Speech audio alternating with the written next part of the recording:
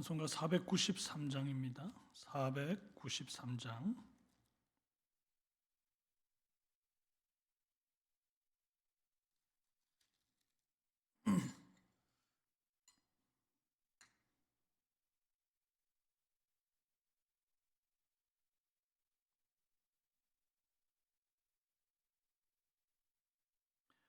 하늘 가는 밝은 길이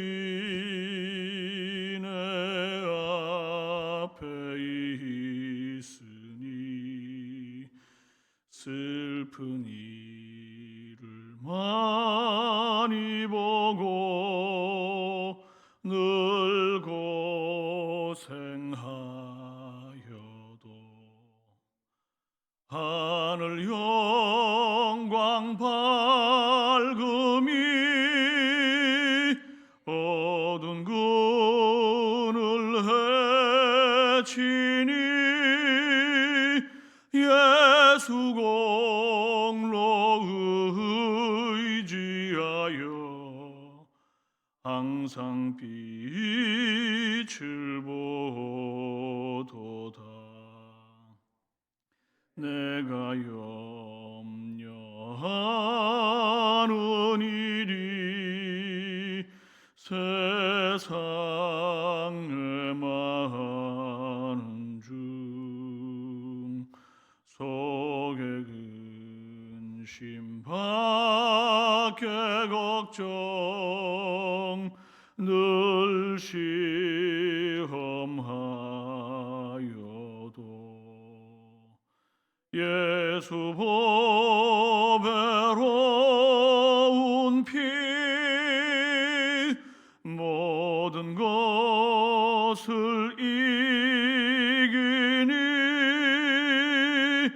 예수 공로 의지하여 항상 이기리로다.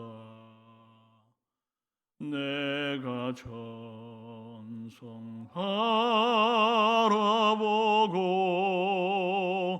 가까이 왔으니 아버지의 영광 집에 나 쉬고 싶도다. 나는 부족하여도 영접하실 터이니 영광 나라 계신 임금 우리 구주 예수라. 신앙 고백드립니다. 나는 전능하신 아버지 하나님 천지의 창조주를 믿습니다. 나는 그의 유일하신 아들 우리 주 예수 그리스도를 믿습니다. 그는 성령으로 잉태되어 동정녀 마리아에게서 나시고 본디오 빌라도에게 고난을 받아 십자가에 못 박혀 죽으시고 장사된 지 사흘 만에 죽은 자 가운데서 다시 살아나셨으며 하늘에 오르시어 전능하신 아버지 하나님 우편에 앉아 계시다가 거기로부터 살아있는 자와 죽은 자를 심판하러 오십니다. 나는 성령을 믿으며 거룩한 공교회와 성도의 교제와 죄를 용서받는 것과 몸의 부활과 영생을 믿습니다. 아멘. 마가복음 10장 23절에서 31절 말씀입니다. 마가복음 10장 23절에서 31절.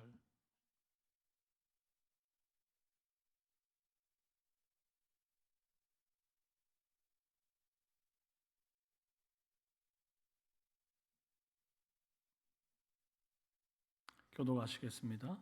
예수께서 둘러보시고 제자들에게 이르시되 재물이 있는 자는 하나님의 나라에 들어가기가 심히 어렵도다 하시니 제자들이 그 말씀에 놀라운지라. 예수께서 다시 대답하여 이르시되 얘들아 하나님의 나라에 들어가기가 얼마나 어려운지 낙타가 바늘기로 나가는 것이 부자가 하나님의 나라에 들어가는 것보다 쉬우리니라 하시니 제자들이 매우 놀라 서로 말하되 그런즉 누가 구원을 얻을 수 있는가 하니 예수께서 그들을 보시며 이르시되 사람으로는 할 수 없으되 하나님으로는 그렇지 아니하니 하나님으로서는 다 하실 수 있느니라.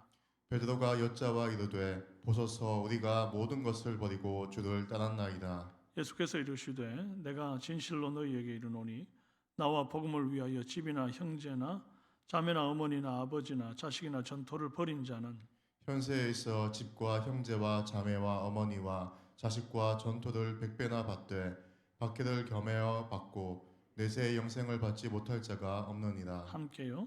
그러나 먼저 된 자로서 나중되고 나중된 자로서 먼저 될 자가 많으니라. 아멘. 네, 오늘은 하나님으로서 하실 수 있는 능력이라는 제목으로 은혜 나눕니다. 자본주의 세상에서 제자도의 가장 큰 걸림돌이 뭐겠습니까? 자기를 부인해야 제자도가 이루어질 것인데 자기를 부인하는데 가장 힘든 요소 그것이 무엇인가를 생각해 보면 바로 돈이다 이렇게 말할 수 있습니다. 돈은 하나님과 견줄 만큼 강력한 숭배의 대상이 됩니다. 만몬신이다 이렇게 말하지 않습니까? 돈을 벌기 위해서라면 자존심도 팔고 인생을 갈아 넣을 만큼 헌신합니다. 심지어 수단과 방법을 가리지 않고 돈을 버는데 혈안이 되는 이들도 있습니다. 돈만 벌 수 있다면 양심도 팔고 불법도 서슴지 않습니다.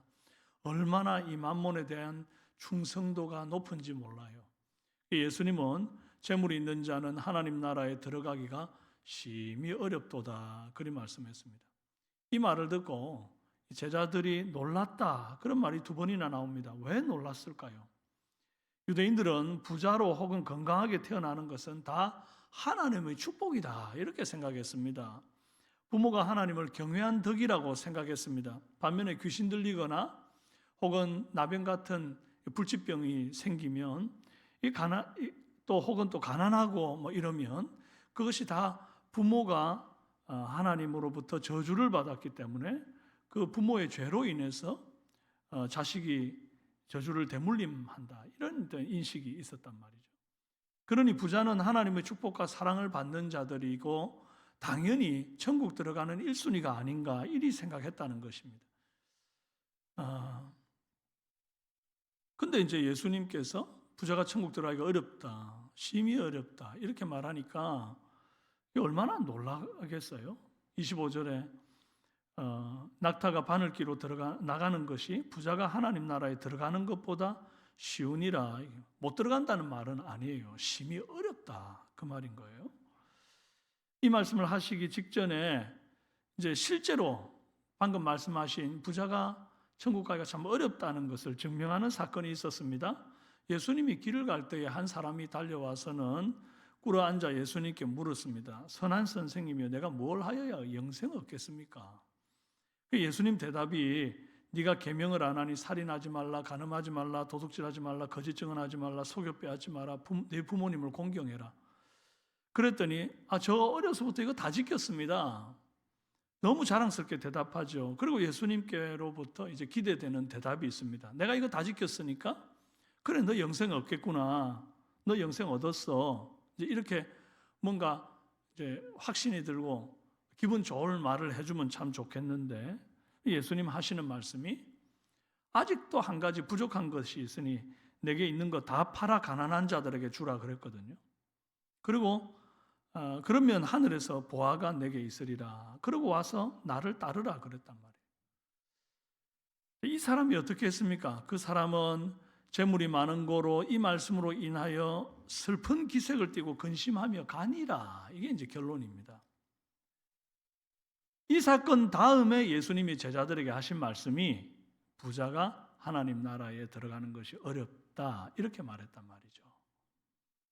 예수님은 지금 영생 얻는 방법을 말씀하고 있습니다. 그러면 영생 얻기 위해서는 재물을 아낌없이 버리고 따르는 이 행위가 있어야 됩니까?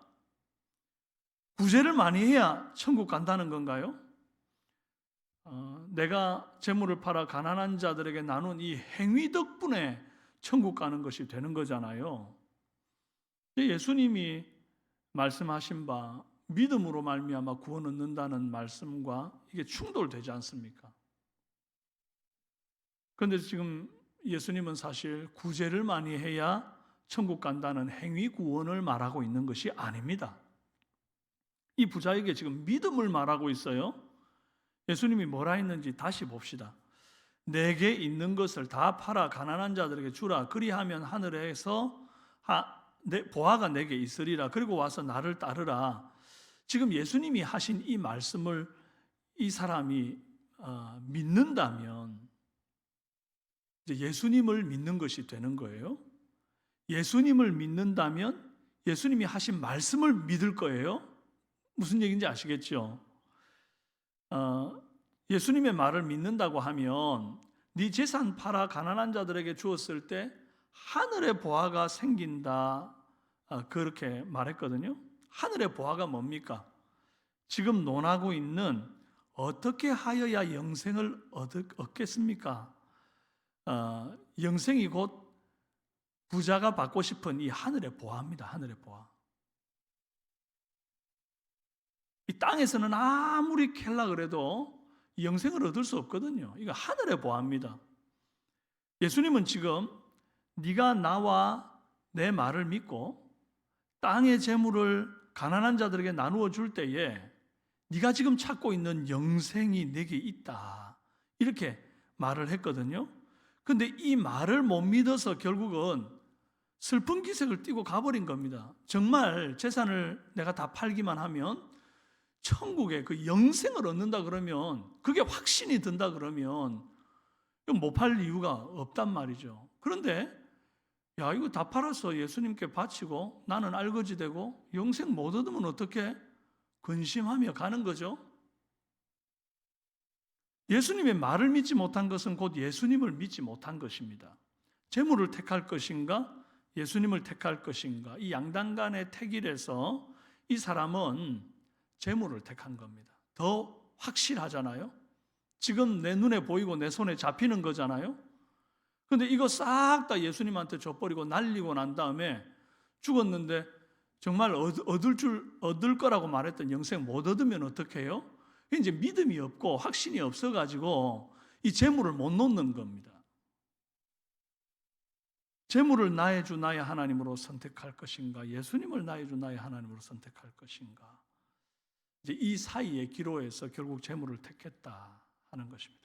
우리는 종종 이 부자 청년같이 결정적인 부분이 있는데 이제 그걸 내려놓지 못하고 적당한 선에서 이제 종교 생활하면서 이 정도면 영생 얻을만 하지 않냐고 흥정하려고 해요. 살인 안 했다고, 간음 안 했다고, 도둑질 안 했다고, 거짓 증거 안 했다고, 부모 공경했다고 이만하면 나 영생 얻을만 하지 않아요? 나 할 거 다 했는데요? 이 스스로 자조하고 있는 거예요. 내가 웬만한 건 다 할 테니까 단지 재물은 건드리지 마십시오, 이거예요. 재물 딱 빼놓고 나머지는 다 했다 이거예요. 다른 것 다 해도 내가 이것만큼은 양보 못하고 굽히지 않는 인간적인 곤조 같은 것이 있다고 한다면 오늘 하나님 말씀 앞에서 자신을 좀 발견하기를 바랍니다. 주님이 원하는 것은 살인 안 하고, 간음 안 하고, 도둑질 안 하고, 거짓 증거 안 한 것 정도가 아니에요. 그건 당연히 안 하는 거죠. 살인하는 게 더 힘들다고 제가 예전에 신명기 말씀 전할 때 얘기 드린 적이 있잖아요. 살인하는 게 더 어렵잖아요. 도둑질 하는 게 더 어려워요. 그 안 하는 건 어떤 의미에서 그냥 정상적으로 살아가는 거거든요. 부모 공경하는 건 당연한 거잖아요. 그래 놓고 내가 영생에 합당하게 살았다라고 말하기에는 너무 무리가 있는 얘기죠. 어떤 사람은 재물은 극복했는데 자식이 극복이 안 되는 사람이 있습니다. 하나님께 맡기지 못하고 내가 자식을 휘어잡고 컨트롤해야 직성이 풀리는. 그래서 애는 도저히 나는 그거 아니에요, 나는 내 갈 길이 이 길인 것 같아요 그러는데 아니야, 요즘 세상이 어떤 세상인데 먹고 살려면 이거 해야지 그러면서 막 자꾸 흔드는 거죠. 그 아이는 내가 아니잖아요. 자녀는 자녀대로 독립된 한 개체가 아닙니까? 나와 전혀 다른 은사와 나와 다른 그런 생각으로 하나님이 키워가고 계신데 자꾸 내 뜻대로 뭔가를 움직이려고 하는, 다른 건 다 놓는데 이 자식만큼은 못 놓는 사람이 있어요. 다른 건 다 참아도 외모 건드리면 폭발하는 사람이 있어요. 절대 내놓지 못하는 그 뭔가가 내게 있다고 한다면 그것이 우상이 되어서 주님을 향한 믿음의 걸림돌이 될 수 있다는 사실을 깨닫기 바랍니다. 제자들이 그러면 도대체 누가 구원 얻을 수 있습니까? 아니, 부자가 구원 못 얻으면 누가 구원 얻어요? 이래 물었더니 예수님이 27절에서 사람으로서는 할 수 없으되 하나님으로서는 그렇지 아니하니 하나님은 다 하실 수 있느니라, 이렇게 말합니다. 구원은 사람의 힘과 노력으로 되는 게 아닙니다. 율법을 완벽하게 지켜서도 되는 게 아니고 재물을 다 나누어 주는 구제를 했다고 해서 되는 게 아닙니다. 인간의 힘과 노력으로는 불가능한 일을 하나님은 하신다라고 하는 이 기독교 구원의 핵심을 말한 거예요. 낙타가 바늘기로 나가는 것이 부자가 하나님 나라에 들어가는 것보다 쉽다, 그렇게 말했습니다. 여기서 주목해 볼 것이 쉽고 어려움의 문제지 불가능의 문제가 아니라는 거예요. 부자 중에서도 롤 모델이 될 만한 사람이 있어요. 성경 가운데 애굽의 총리였던 요셉이 그랬습니다. 부유했지만 그는 하나님을 경외했어요. 신약시대 아리마대 부자 요셉은 예수님 제자였고 예수님의 시체를 당당하게 요구한 뒤에 자기가 판 묘실에 안장했습니다. 세리이자 부자였던 삭개오는 회개한 후에 재산의 절반을 가난한 자들에게 나눠주고 토색한 건 4배나 갚겠다고 했어요. 안디옥 교회 교사 중에 분봉왕 헤롯의 젖동생 마나인 같은 유력한 자들도 있습니다. 그들은 재물이 많았지만 재물보다 예수님을 섬기기를 기뻐했고 그 역사는 하나님의 은혜와 능력으로 다 되어진 일이라고 저는 믿는 것입니다. 그리고 그들이 부자였는데 그 재물을 아낌없이 주를 위해 썼기 때문에 그들이 천국 간다? 그 행위 때문이 아닙니다. 예수님을 믿었기 때문이죠. 예수님의 12 제자들도 많이 버리고 예수님 따랐습니다. 베드로가 우리가 모든 것을 버리고 주를 따랐나이다, 그렇게 말하잖아요. 주님, 우리는 근심하며 돌아간 이 부자하고는 다르지요. 칭찬받고 싶어서 주님, 우리는 다 버리고 따랐어요 라고 이제 말을 한 겁니다. 그랬더니 나와 복음을 위하여 집이나 형제나 자매나 어머니나 아버지나 자식이나 전토를 벌인 자는 현세에 있어 집과 형제와 자매와 어머니와 자식과 전토를 100배나 받되 박해를 겸하여 받고 내세 영생을 받지 못할 자가 없느니라, 그렇게 말합니다. 예수님은 버리고 따른 제자들에게 칭찬과 경계를 동시에 하셔요. 버린 자가 받는 복은 내세에 국한되지가 않습니다. 이거 참 감사한 일이죠. 너희들 정말 죽도록 고생해라. 이 땅에서는 아무것도 받을 게 없지만 천국 가면, 나중에 죽어 천국 가면 받을 게 많아, 복이 많아, 이렇게 말씀하지 않았다는 거예요. 현세와 내세의 복을 다 받는데 심지어 내가 버린 것에 100배나 받는다, 그렇게 말했습니다. 대신에 박해를 겸하여 받아야 한다. 러시아 문호 톨스토이는 부는 거름과 같아서 그것이 축적되어 있으면 악취를 풍기지만 그것을 뿌리면 인생이 기름진다, 그렇게 말했습니다. 그렇잖아요, 그죠?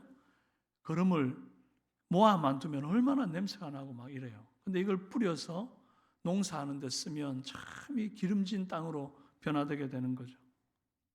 그게 재물이 딱 그렇다는 것입니다. 동시에 경계한 것이 뭔가, 먼저 된 자가 나중될 수도 있으니까 조심해라, 이제 그런 말씀하셨거든요. 마치 마음이 변질되어서 버린 것을 다시 취하고 싶은 마음이 우리 안에 들거나 본전 생각이 나가지고 예수님 좌우편에 앉는 큰 자가 되고 싶어 하거나 그런 마음이 들면 자칫 먼저 되었다가도 나중 될 수 있으니 마음 잘 간수해라, 그 말입니다. 우리가 주를 위하여 무언가 하고 나서 꼭 마음속에 드는 생각, 이런 게 있어요. 지금 제자들이 그런 거거든요. 내가 다 버리고 따랐어요. 나 오른편에 앉혀주세요. 왼편에 앉혀주세요. 뭔가 이 땅에서 기득권을 갖고 싶은, 내가 헌신한 덕분에 내가 주님 앞에 뭔가 드린 덕분에 이 땅에서 하나님께서 정말 막 넘치도록 내가 드린 것에 한 100배 막 거두어가지고 막 그걸 자꾸 이렇게 바라고 그것들을 기대하고 있으면 마음이 변질되고 마음에서 냄새가 나기 시작한다. 그러니까 이제 그 사람이 먼저 되었을지라도 나중될 수 있다. 주시는 분은 하나님이십니다. 취하시는 분도 하나님이시고요. 그러니 주님이 주신 것과 취하시는 것 거기에 마음을 둘 게 아니라 주시기도 하시고 취하시기도 하시는 하나님께 우리 마음을 두시기를 간절히 축원드립니다. 저와 여러분은 주 예수보다 더 귀한 것은 없네 라는 고백을 진심으로 올려드릴 수 있는 사람 되기를 원해요. 그리고 이 땅에서 가볍게 주를 따르는 그런 제자 되기를 주님의 이름으로 축원합니다. 시간 함께 한번 기도하십시다. 살아계신 하나님 아버지, 참 이 땅에서 우리가 구원을 받기를 사모하는 마음이 있습니다. 영생을 얻기를 원하는 마음이 있습니다. 어떻게 하여야 영생 얻겠느냐 하는 이 질문을 던졌던 부자가 주님이 딱 집어서 너 재물 다 팔아서 가난한 자들에게 나눠주고 나를 따르면 영생이 너에게 있을 것이다 말해도 그 재물이 너무 귀해서 차마 그리하지 못하고 근심하며 돌아갔던 하나님, 그 부자같이 되지 아니하도록 우리를 도와주십시오.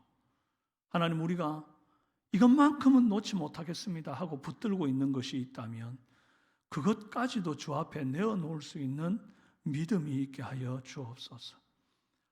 내가 주인 삼은 모든 것 주 앞에 내려놓고 내 주님만을 나의 주, 나의 하나님으로 모시고 이 세상 어떤 것도 내게 우상되지 아니하도록 가벼운 마음으로 주만을 따르는 제자 되게 하여 주옵소서.